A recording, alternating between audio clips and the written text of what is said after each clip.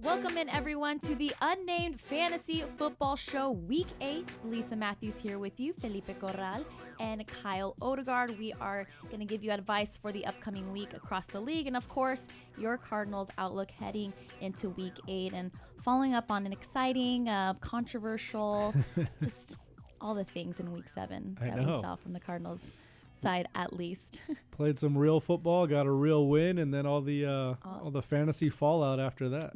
I like that. Fantasy fallout. That's the title of the show, by the way. We are naming it right now. But before we get into all of that, let's take a look at the scoreboard of our league following Week 7. Now we see Jones Suggs gets the win over Murray up offense there. And then Kyler, the creator, defeats Jake's plumber. Kyle, what went wrong? I decided to play fantasy football this season. That's what went wrong. That's from the start of it. I'm not too far behind. It's fine. Show T the money, league high 155 points. So she continues to dominate. I hope we all just go to the playoffs. That's what I'm saying at this point. Two Spoons has been stacking some wins as of late, getting the win over your team, Felipe. I guess you kind of missed having Christian McCaffrey out there, right? Yeah, I mean, he's a leading running back in fantasy football this year. And, Two Spoons has 3 wins in a row. So it's kind of, it was a bad timing of a matchup Who this did you week. have to plug in? I think I just had Devonta Freeman and Marlon Mack. Okay. Marlon Mack was coming off a bye, so I was just like, I'll plug him in. But And Freeman got ejected. That didn't help. That didn't help and you. he was picked up by Aaron Donald. I'm like literally, physically Literally picked up. Yeah. So, and then he got ejected in like the first half. So that kind of set the rhythm of my fantasy week. I get you. My top running back, of course, David Johnson, 0.2 points for me, but I still got the win. Good. So I was happy. Cardinals win. I won. And you didn't get mad like everyone on Twitter. You know and what? If I do get mad, it's internally. I'm not going to be childish by any means. You guys have seen me at my worst, so not going to do it here and now. That's for sure. I actually saw a screen grab where somebody won by like 0.1 point, and they played David Johnson. So the fact that he got 2 yards instead of 0 helped him win. I thought that was awesome. Gosh. Those 0.2 points. I need to see that. Difference. See, they do make the difference. See? All the difference. Yes, it was an exciting week. I do want to add that my win did come because of 3 benched players on, I think, Melanie's team. Are they on the bye? I was excited. I looked at her roster and I was like, oh. But hey, a win is a win, right? Yeah, it doesn't matter. And in your case, you needed a win, right? Yes. You lost like 5 games and in a row. I did say that I've been praying that someone that I play just forgets to set their lineup, and there's some, obviously with a lot of buys happening, I'm like, please make that happen for me, and it did. So I got the win.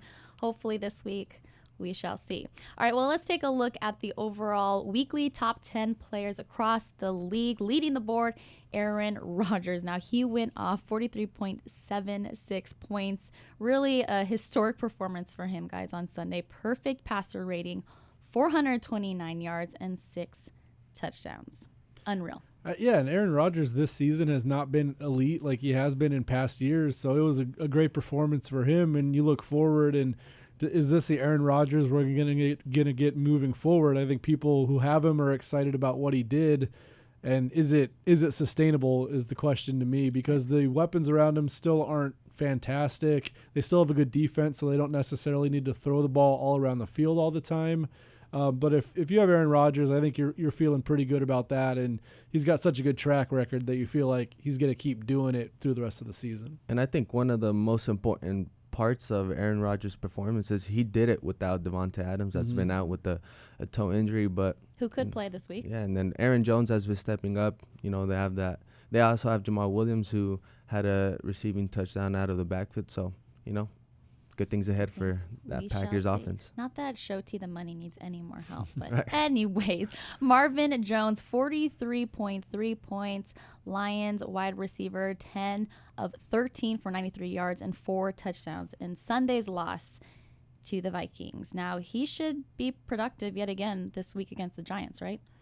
Yeah, I assume so. It's pretty surprising that he got all those points. I don't know. It's tough week to week. Like, he could easily come back to earth and have 2 catches for 35 yards. So my philosophy, which clearly isn't working this year, but is to just stick with the stars and ride them. And the guys that have the longer track record is who I believe in, because you see a guy like Marvin Jones have a great week, somebody will pick him up, and then they go back to who they are. So I'd be a little bit leery of guys like that, Zach Pascal, guys that are on the free agent waiver wire for a reason. But still a good weekly pickup. True. Yeah, especially because, it's an interesting fact. The Giants have allowed the 8th most fantasy points to wide receivers this season. Obviously, last week it was a rainy game for the Arizona Cardinals and the New York Giants. So, if you have Marvin Jones, I think he'd be a good flex option, especially because he's going to be covered by their rookie cornerback, DeAndre Baker, who's been struggling, adjusting to the NFL. So, hey, start him. Ooh, he said start him. Hot take, Felipe. All right, Chase Edmunds. What's your hot take on this, Felipe? Start him? Yeah, I mean, regardless of what happens with David Johnson, and we'll get into it later when we talk about the Cardinals, but I just thought you were trending on some hot takes right there. I'll leave the hot takes to Kyle when it comes to later. Now, obviously, he's the most recent fantasy football darling. We saw what he did last week: 3 touchdowns, rushed 27 times, 126 yards in the win over the Giants. Obviously, there was a lot of controversy with this, but nonetheless, nice to see a Cardinal player in the top 10 this week, 35 points overall PPR. And it's funny that, running backs obviously do well in fantasy, but you thought of the Cardinals this year, Cliff Kingsbury coming in with the air raid background. It was all about Christian Kirk and Larry Fitzgerald and Kyler Murray. And Fitz and Kyler Murray did not have good fantasy production this week, and Christian Kirk didn't play. So if you had any Cardinal, you wanted it to be Chase Edmunds this week, because he was the star. The rest of them did not really perform up to the standard. And obviously David Johnson only had the 3 snaps, the 1 carry. So everybody that had him are licking their wounds a little bit, hoping he gets back quickly. And it's just one of those things where if you're a responsible fantasy football owner, you'd look at the weather forecast. Responsible. You'd look at Christian Kirk not playing and all those things, and you look at this air raid offense, and you would have kind of connected the dots. Hey, let's plug in Chase Edmunds as a flex or something. I'm not saying I'm a fully responsible fantasy football owner, but I think it was kind of like one of those connected dots type of thing. Connect the dots, yes. So I did not connect the dots. Is that what you're saying? No shade. I didn't mention you directly, so no shade. I knew that there was going to be a chance. I also had Ezekiel Elliott, Aaron Jones, so I was messing around with that, but hoping that, I looked at David Johnson last week with his back injury, how much he practiced. I kind of, he still played, so maybe there's an opportunity here. I'm going to play the best player, and that was David Johnson. I'm not saying the best player over Chase Edmunds, but in my fantasy team. But he was sitting on a lot of people's benches, and those that did play him were loud and proud about it. So congratulations to you. That's a good pickup. Okay. Moving on, we'll get more into that, but moving on in the top 10, Latavius Murray. This is a guy we'll obviously see this week. He carried 27 times for 119 yards and 2 touchdowns against the Bears last week. Now, with Alvin Kamara, he may be returning, so this is obviously something to watch going forward for all fantasy owners and the amount of carries he will have. Yeah, that's such a big deal, is the workload for running backs. And Latavius Murray, who's a backup, just like Chase Edmunds, you got all the carries basically in that game, and you get the ball near the end zone, near the goal line, you're going to put up some fantasy points usually, especially in good offenses, which the Saints and the Cardinals both have right now. And everybody's going to be watching that 90 minutes before the game when they announce the inactives, because Kamara seems questionable, David Johnson seems questionable, and even Christian Kirk at wide receiver. There's a lot of moving parts in this Cardinals Saints matchup for sure. Drew Brees, we don't know. No. Will we see him? And it's a 10 a.m. game, so if you go out Saturday night and you don't wake up in time to catch the inactives, that's like, don't blame it on you. You gotta hit your alarm at 9:45 and scan the news real quick. That's what I used to do, actually. I would set an alarm just because I was so forgetful at that age. Still probably now, but I was so forgetful. I would set my alarm, make sure I set my lineup up, and I was always racing that at that point. Hope you don't have login or Wi-Fi issues, watching the clock tick down. But even we've all been there. We've all been there. But even then, like, if Kamara is dealing with the injury and he comes back, you'd kind of guess that they're going to protect him a little bit. So even then, Latavius Murray might get those goal line touches. So if you have one of your top running backs on bye, I mean, I don't think it'd be a bad idea if you did plug in Murray as a flex or RB2. So just my... But it is interesting just with them having a bye coming up. So you're looking at some of these guys who could come back this week, and the answer is almost why. Yeah, but Sean Payton had a pretty impassioned defense about that when asked about Drew Brees. And will you just keep him out for one more week so he gets 2 weeks of rest and make sure that thumb is good? He said, look, if Drew Brees is healthy enough to play, we're playing him. We want to win this game. They're Saints winning without him. Yeah, but 5-0 without him. Yeah, but you can't. I mean, if you have Drew Brees, it's such a big upgrade. Teddy Bridgewater has been good, but when you're trying to get the number 1 or the number 2 seed in the NFC, you need to win every single game you can. So I think if those guys are ready, I think they're going to play. It's just a question about, will Brees be ready? Will Kamara be ready? Brees says he will. He said the plan is to play Sunday. I'm sure Brees fantasy owners would love to see that, but it seems like it's trending all those to be game day decisions. All right, well, let's take a look at how the Cardinals fared following a very controversial Week 7. Obviously, they play the Saints this Cardinals week. defense. Ooh, look at that. Okay. They were a free agent, though. I believe Zach dropped them. Oh. In the name of Patrick Peterson, I think it was the P2 effect. The P2 effect. We've heard that enough, but I'm just saying I need to plug it in. All right, well, let's take a look here, running through. Obviously, we talked at length about Chase Edmunds, but guys, let's do a quick little higher or lower scenario here. Going up against the Saints this week, what are you projecting points-wise? For Chase Edmunds? Yes. I mean, he's going to come back down to earth for sure. I don't think you can count on 3 touchdowns, and a lot of it is David Johnson's availability, but it's wow. I feel some shade coming towards Chase from your behalf, Kyle. 13 points? Is it shade? 13. I mean, he's had more than 14 in 3 straight games. That O-line's been impeccable. So you're going over 13? Yeah, I'm kind of surprised you even said 13. Over 13. You're both over 13? I'm over 13. Yeah. Okay. I'm around like 16, and that's just because the Saints have one of the best rush defenses in the league. I think they've allowed like the 4th fewest points to running backs on the ground, only 3 touchdowns. But what does give me faith is, despite David Johnson not playing last week, he was still a top 5 running back in routes ran, targets, reception yards, and receiving touchdowns. So if you plug Chase Edmunds in that role, I mean, he can give you an easy 15 points just from receiving out of the backfield. So. I like how you mentioned the O-line. Give the big men some love. They've they've given up 3 sacks in the past 3 weeks. Obviously, they're facing one of the an elite defensive line. Cameron Jordan and them guys are no joke. So I'll give you my rebuttal. David Johnson, we don't know about him. If he plays, Chase Edmunds' playing time is cut in half.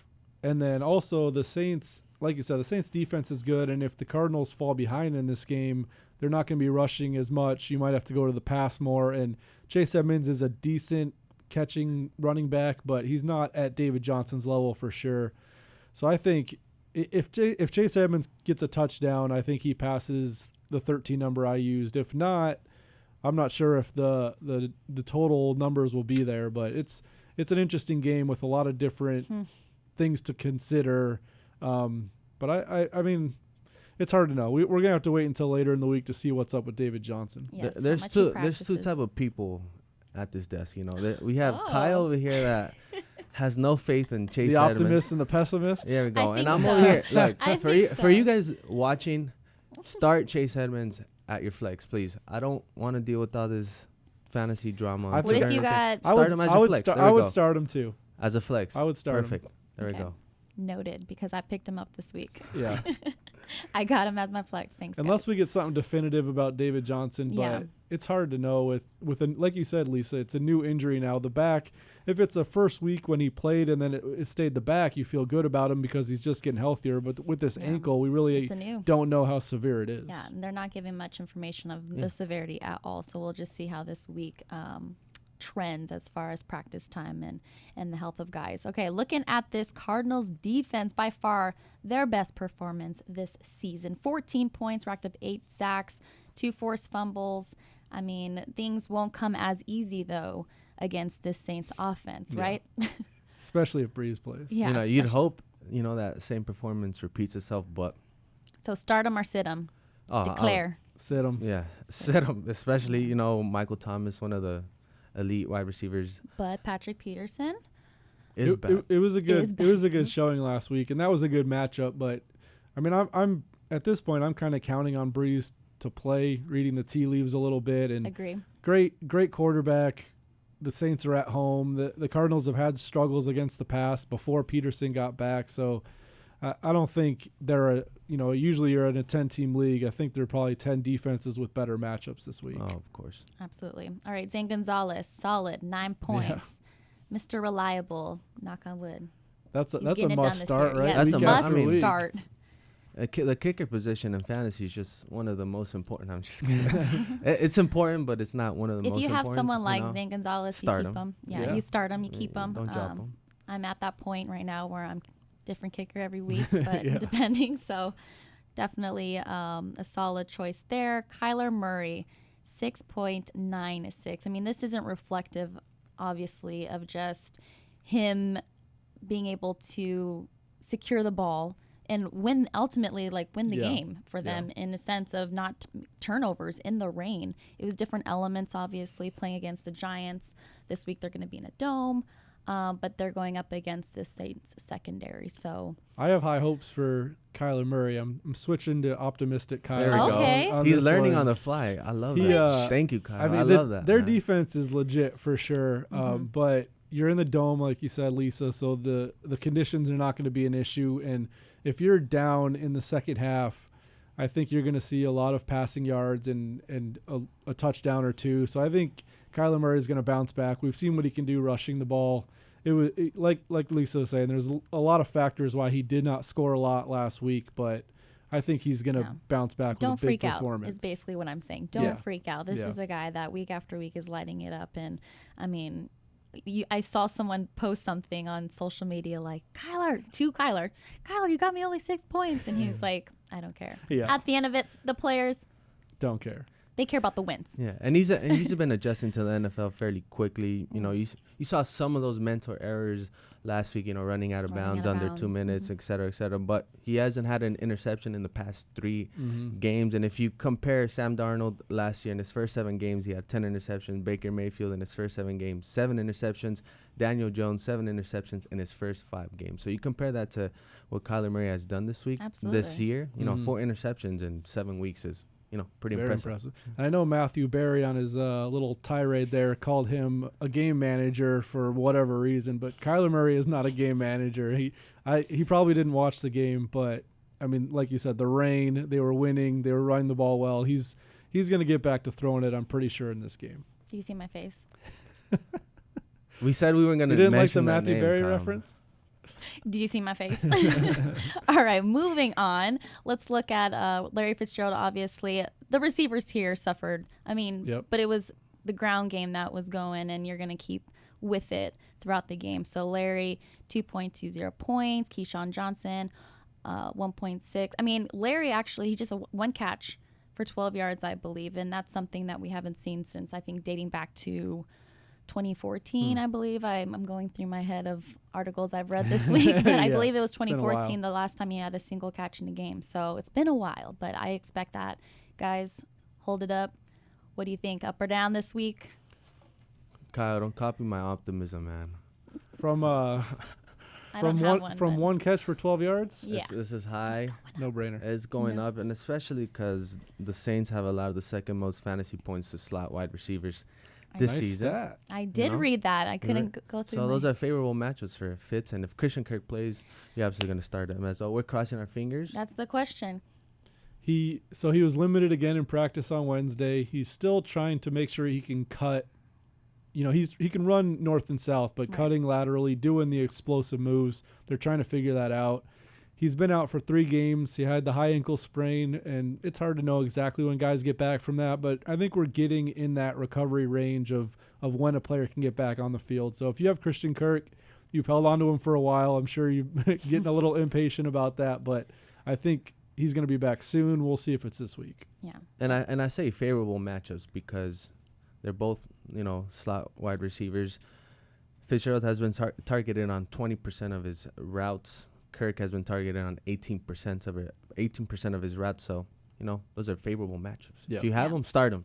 Yeah. Literally start them. But we'll just see. I mean, thank God it wasn't as bad as what it looked like for Kirk. So if he's on pace he's looking closer and closer. Obviously, they want to be patient with that. There's no need to rush back with him at all because he is going to be a huge factor down the road. All right, David Johnson. Oh, David Johnson, 0.2. He won some people some games. Yes, okay? he did. I still won. I'm not saying that. And I wasn't mad, but I have a different perspective.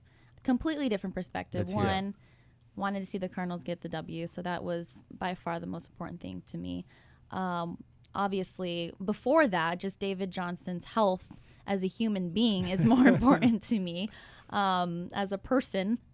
So obviously, they needed him in an emergency needed basis. Given the fact that DJ Foster went down later on that week. So their depth was non-existent there. Yeah. They needed him to suit up. We actually at one point saw Edmunds vomiting on the sideline after his first touchdown, was it? I think so. So, you just never know how a game will play out at that point. So he needed to suit up, and obviously a lot of people say what they want to say, but the Cardinals need to do what was most important for the Cardinals. And I get the frustration where that's your first round pick for basically everybody that had him in the lineup, and you think he's going to play a lot because, like you said, of the previous week where he was questionable, came out, had a touchdown catch at the end, and had a good game. But so what Kingsbury said after the game on Monday was that they put him out there for the first snap, and they could just tell his ankle wasn't quite right. He limped off after that. And then they said, okay, Chase Edmunds is the guy we're going to ride. And like you said, Lisa, if something pops up, maybe David will go in the game as an emergency because we're literally out of running backs after Chase. Yeah. But they didn't want to risk further injury. And it's a scenario that doesn't pop up very often where a guy plays a snap and then comes off and doesn't play again, or plays 3 snaps and doesn't play again. But they clearly saw that he wasn't quite ready to go. Chase was having such a good game that it made a lot of sense to just keep riding Chase. Yeah, and they did take the precaution this week and sign 2 running backs, Alfred Morris and Zach Zenner. So if indeed they're in the same kind of scenario, they have some backups there. So let me put you both on the spot then. Ooh. With the signings of Alfred Morris and Zach Zenner, like if you don't know if David Johnson's going to play, what do you do at that point? Given the situation that they're in this upcoming week, now they have a little bit more of depth. What do you do? What do you guys do? From what perspective? From you don't start David Johnson at that point? From the fantasy perspective. I think if he's active, I start him. I mean, and that's where I was last week. Yeah. He was active. I'm going to start him just in the case of opportunity. We know that Chase Edmunds is going to get the touches, the offensive snaps, but I have David Johnson, so he's active that day. I'm going to start him regardless. So if they're both active, obviously Chase is going to be active, but if David Johnson's active, do you start both of them? Given that they signed Alfred and Zach? You're going to have to read the tea leaves this week. If they give any idea of if David Johnson is back to going to play 75% of the snaps, then I'm not sure if Chase Edmunds is a play this week, but it sounds from what we're seeing injury-wise, I think Chase Edmunds will have a significant role, so I would start him, and we'll have to see on David. If he's active, though, to me it feels like he's going to have a prominent role because they've got other running backs available now. So if you think he's too hurt to play, now you've got Alfred Morris who you can lean on behind Chase Edmunds. Yeah, I'm in the same boat. All right, well, it's an interesting week ahead. Yeah. We'll have our eyes glued on the... try to keep people updated. The inactive list, and follow us on Twitter. Of course, AZ Cardinals on Twitter, and hopefully good things to come for the Cardinals. All right, everyone. Thank you all for joining us this week on the Unnamed Fantasy Football Show. We'll see you next time. Good luck this week.